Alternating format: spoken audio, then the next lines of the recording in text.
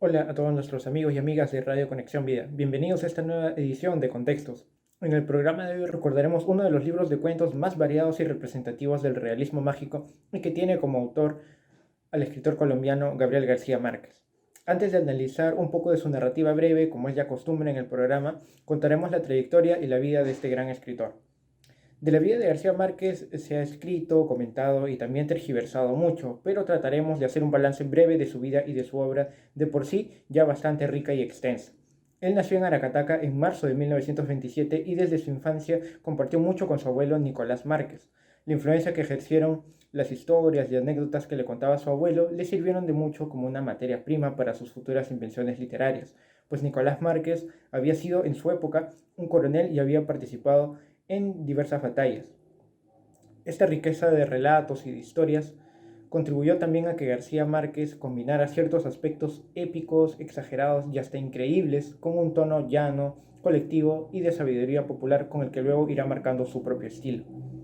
A partir de 1947, García Márquez estudiará Derecho en Bogotá, en la capital colombiana, pero no terminará de acostumbrarse a la vida citadina, arrancado de sus costumbres y de los recuerdos de su localidad natal, por lo que pronto abandona la carrera para dedicarse a partir de los años 50 aproximadamente al periodismo.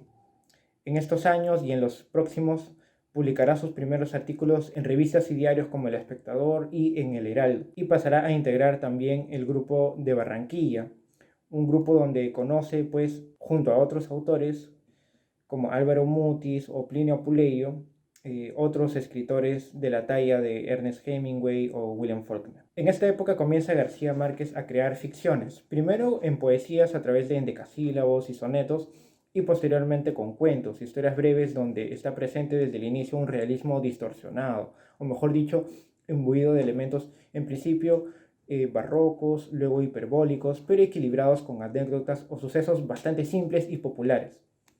Con el periodismo, sin embargo, experimenta la gran versatilidad que le otorga la profesión, escribiendo crónicas, reportajes, entrevistas, viajando mucho y de las cuales ya hemos hablado también en anteriores ediciones en este programa.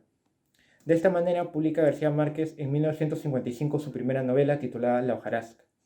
Le siguen otras luego como El coronel no tiene quien le escriba y La mala hora, que escribe desde el extranjero y atravesando grandes dificultades económicas. Continúa él haciendo periodismo a fines de los años 50 en Venezuela, viaja posteriormente a Cuba y en los años 60, en 1967 específicamente, le llega la celebridad de forma casi inmediata y de golpe con la publicación de que sería su obra magna, Cien años de soledad. Tanto las obras previas como esta anuncian, completan y narran diversos acontecimientos y personajes de la fundación, desarrollo, muerte y hasta temas vinculados secundariamente a Macondo. El otoño del patriarca, Crónica de una muerte anunciada o El amor en los tiempos del cólera son novelas que más bien se apartan ya del mundo propio que es Macondo y relata hechos distintos, algunos más cercanos al realismo u otros a la fantasía, distanciándose ligeramente de su primera etapa de realismo mágico. En los años sucesivos, García Márquez residió entre los países de México, luego en Cartagena de Indias en Colombia, luego en La Habana y París en Francia.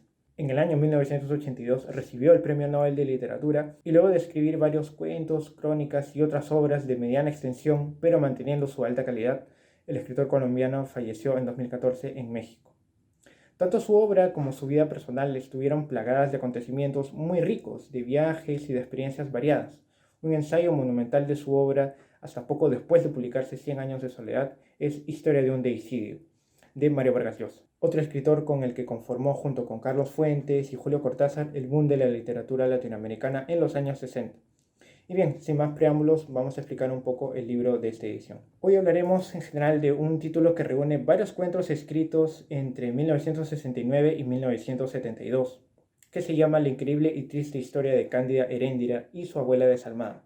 Aunque el cuento homónimo es uno de los que más se han analizado y comentado, se suele dejar como algo secundario los otros 6 cuentos que componen el libro y que sin duda tienen una calidad similar y de detalles sobrenaturales, milagrosos o simplemente de grandes proporciones como es ya común en la prosa de García Márquez. El libro que me acompaña en el programa es precisamente una primera edición que se publicó en España en 1972. El libro tiene alrededor de 160 páginas, es bastante breve, pero condensa todos los aspectos posibles de personajes, acontecimientos y detalles insólitos y extraordinarios. Uno de los factores en común que parece conectar estos cuentos tiene solo por momentos el escenario, que es el calor permanente y el mar infinito y misterioso, a pesar de que por momentos varias pistas nos hacen pensar que los cuentos podrían estar relacionados, en el fondo no lo están, y son historias independientes. Sin más que añadir, vamos a analizar ahora un poco algunos fragmentos de este libro. Al tercer día de lluvia habían matado tantos cangrejos dentro de la casa que Pelayo tuvo que atravesar su patio anegado para tirarlos en el mar, pues el niño recién nacido había pasado la noche con calenturas y se pensaba que era a causa de la pestilencia. El mundo estaba triste desde el martes. El cielo y el mar eran una misma cosa de ceniza y las arenas de la playa, que en marzo fulguraban como polvo de lumbre, se habían convertido en un caldo de lodo y mariscos podridos. La luz era tan mansa al mediodía que cuando Pelayo regresaba a la casa después de haber tirado a los cangrejos, le costó trabajo ver qué era lo que se movía y se quejaba en el fondo del patio. Tuvo que acercarse mucho para descubrir que era un hombre viejo, que estaba tumbado boca abajo en el lodazal, y a pesar de sus grandes esfuerzos no podía levantarse, porque se lo impedían sus enormes alas. Asustado por aquella pesadilla, Pelayo corrió en busca de Elisenda, su mujer, que estaba poniéndole compresas al niño enfermo, y lo llevó hasta el fondo del patio. Ambos observaron el cuerpo caído con un callado estupor. Estaba vestido como un trapero. Le quedaban apenas unas hilachas descoloridas en el cráneo pelado y muy pocos dientes en la boca, y su lastimosa condición de bisabuelo ensopado lo había provisto de toda grandeza. Sus alas de gallinazo grande, sucias y medio desplumadas, estaban encalladas para siempre en el lodazal. Tanto lo observaron y con tanta atención que Pelayo y Elisenda se sobrepusieron muy pronto del asombro y acabaron por encontrarlo familiar. Entonces se atrevieron a hablar, y él les contestó en un dialecto incomprensible, pero con una buena voz de navegante. Fue así como pasaron por alto el inconveniente de las alas y concluyeron con muy buen juicio que era un náufrago solitario de alguna nave extranjera abatida por el temporal.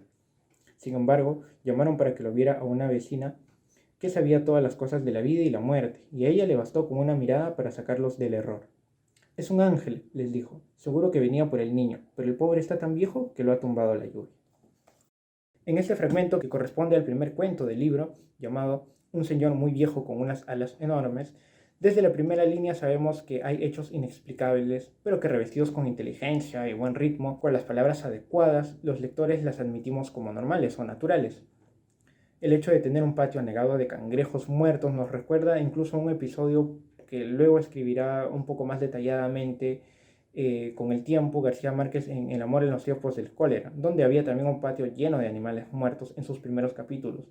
Pero en este cuento sobresale también la atmósfera marina, que estará presente en toda la obra, y desde luego también la sabiduría popular, como la sentencia que hace una vecina y clasifica al incógnito señor con una sola frase diciendo que se trataba de un ángel. En cierto modo, a medida que vayamos leyendo un poco más el cuento, nos daremos cuenta también de que a primera vista lo insólito puede pasar por un espectáculo del cual se puede sacar provecho, como un circo. Y en sí, la historia también es a su vez una reflexión sobre la vida y cuánto se puede intervenir en ella. Vamos a ir ahora con la segunda cita del programa. Habían jugado con él toda la tarde, enterrándolo y desenterrándolo en la arena. Cuando alguien los vio por casualidad y dio la voz de alarma en el pueblo, los hombres que lo cargaron hasta la casa más próxima notaron que pesaba más que todos los muertos conocidos, casi tanto como un caballo, y se dijeron que tal vez había estado demasiado tiempo a la deriva, y el agua se le había metido dentro de los huesos. Cuando lo tendieron en el suelo, vieron que había sido mucho más grande que todos los hombres, pues apenas si cabía en la casa. Pero pensaron que tal vez la facultad de seguir creciendo después de la muerte estaba en la naturaleza de ciertos ahogados.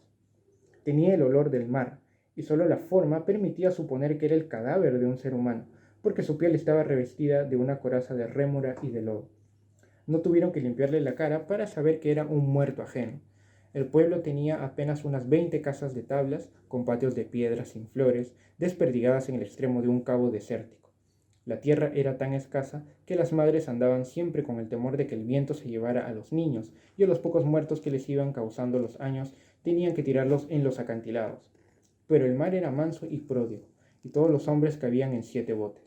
Así que cuando encontraron al ahogado, les bastó con mirarse los unos a los otros para darse cuenta de que estaban completos. Aquella noche no salieron a trabajar en el mar. Mientras los hombres averiguaban si no faltaba alguien en los pueblos vecinos, las mujeres se quedaron cuidando al ahogado. En este cuento que lleva por nombre El ahogado más hermoso del mundo, volvemos a encontrar elementos típicos de García Márquez. La exageración, el ritmo encantatorio, las enumeraciones. Sin embargo, predomina uno en especial y es el humor. Los niños, las familias y el mismo pueblo, por ser pequeño, incorpora al muerto como a uno más de la familia.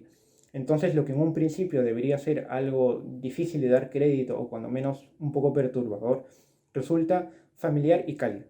Se nombra muchas veces a Dios e incluso se le da un nombre y se le dan unos funerales apropiados para el fallecido. Todo contado con una óptica que nos acerca a esta presencia que transforma la vida de las gentes y las hace pasar por algo realmente espectacular, o al menos inédito. Vamos a ir ahora con la última cita del programa. La abuela se había sentado sola en el extremo de una mesa de banquete con candelabros de plata y servicios para 12 personas. Hizo sonar la campanilla y casi al instante acudió Heréndira con la sopera humeante. En el momento en que le servía la sopa, la abuela advirtió sus modales de sonámbula y le pasó la mano frente a los ojos como limpiando un cristal invisible. La niña no vio la mano. La abuela la siguió con la mirada y cuando Heréndira le dio la espalda para volver a la cocina, le gritó: «Heréndira». Despertada de golpe, la niña dejó caer la sopera en la alfombra. «No es nada, hija», le dijo la abuela con una ternura cierta. «Te volviste a dormir caminando». «Es la costumbre del cuerpo», se excusó Heréndira. Recogió la sopera, todavía aturdida por el sueño, y trató de limpiar la mancha de la alfombra. «Déjala así», la disuadió la abuela. «Esta tarde la lavas». De modo que además de los oficios naturales de la tarde, Heréndira tuvo que lavar la alfombra del comedor y aprovechó que estaba en el fregadero para lavar también la ropa del lunes, mientras el viento daba vueltas alrededor de la casa buscando un hueco para meterse. Tuvo tanto que hacer que la noche se le vino encima sin que se diera cuenta y cuando repuso la alfombra del comedor era la hora de acostarse. Estas líneas pertenecen por supuesto al célebre cuento de La increíble y triste historia de la cándida Heréndira, que es a su vez el cuento más largo de todo el libro. La trama es sencilla y la forma en cómo García Márquez cuenta la historia también. Lo hace de una manera lineal, la divide en 7 partes donde nos muestra el infortunio de Heréndira, que es explotada sexualmente por orden de su propia abuela para pagar una deuda que contrajo con ella. Y al mismo tiempo la veremos también padecer castigos y la tiranía de su pariente. Heréndira estará constantemente pensando en la huida hasta que un par de sucesos cambian drásticamente sus planes. Es el relato con menos innovaciones y experimentos que hace el autor en el libro. A modo de conclusión les puedo comentar que este conjunto de cuentos es muy provechoso para quienes intenten ver en la narrativa breve una especie de nivel mayor o incluso de desafío, pues si bien algunos tienen una trama sencilla, a veces resulta algo complicado identificar al narrador de la historia, el punto de vista o simplemente seguir la hilación en cuentos como Blackaman el Bueno, Vendedor de Milagros o El último viaje del buque fantasma. Todos tienen, según creo, como antecedente inmediato las novelas y los relatos que ha escrito con anterioridad García Márquez. Recomendaría que antes de leer estos cuentos, como lectores, estén algo familiarizados con una o dos novelas del autor. El hecho prodigioso, lo exacerbado, lo inexplicable, tienen aquí su punto de encuentro en medio del calor, la brisa marina, el clima, en resumen. Todos estos elementos son centrales y no sirven solamente de acompañamiento. Esta localidad marina, justo como lo definió Vargas Llosa en su ensayo, muestra el límite de la experimentación que hizo García Márquez para agotar o extender un poco los recursos que utilizó en novelas y en sitios como Macondo dentro de sus ficciones. Espero que el programa les haya sido de su agrado. Nos reencontraremos ya en la siguiente edición de Contextos. No olviden seguirnos en nuestras redes sociales de Radio Conexión Vida y en la página web www.radioconexionvida.pe. Conmigo será hasta la próxima.